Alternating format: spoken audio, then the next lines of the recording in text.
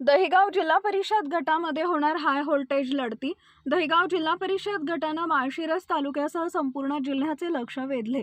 भारतीय जनता पार्टीकडून भाजपाचे राष्ट्रीय उपाध्यक्ष व माळशिरस विधानसभा मतदारसंघाचे लोकप्रिय दमदार माजी आमदार रामभाऊ सातपुते यांच्या पत्नी संस्कृतीताई सातपुते, राष्ट्रवादी काँग्रेस शरद पवार पक्षाकडून आमदार उत्तमराव जानकर यांचे चिरंजीव जीवन उत्तमराव जानकर, महाराष्ट्र विकास सेना अविनाश जयंत गायकवाड, वंचित बहुजन आघाडी ऋषिकेश ईश्वर गायकवाड, आमदार उत्तमराव जानकर यांच्या कन्या ज्योती उत्तमराव जानकर अपक्ष, वैभव मुकुंद मोरे अपक्ष, अतुल श्रीमंत सरतापे अपक्ष, राकेश भारत सोरटे अपक्ष या उमेदवारांनी माळशिरस निवडणूक निर्णय अधिकारी यांच्याकडे दहिगाव जिल्हा परिषद गटातून उमेदवारी अर्ज दाखल केले आहेत।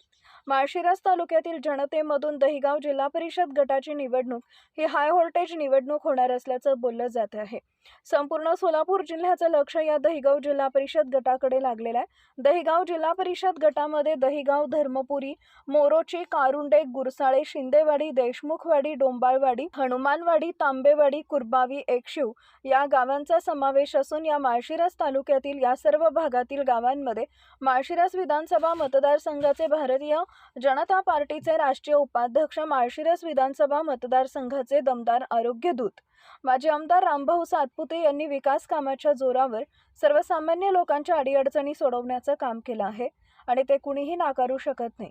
आमदार उत्तमराव जानकर यांच्या कुटुंबातील उमेदवार या जिल्हा परिषदेच्या निवडणुकीमध्ये उतरल्यानं दहिगाव जिल्हा परिषद गटाची निवडणूक हाय व्होल्टेज होणार असल्याचं चित्र एकंदरीत राजकीय वर्तुळातून दिसून येत आहे।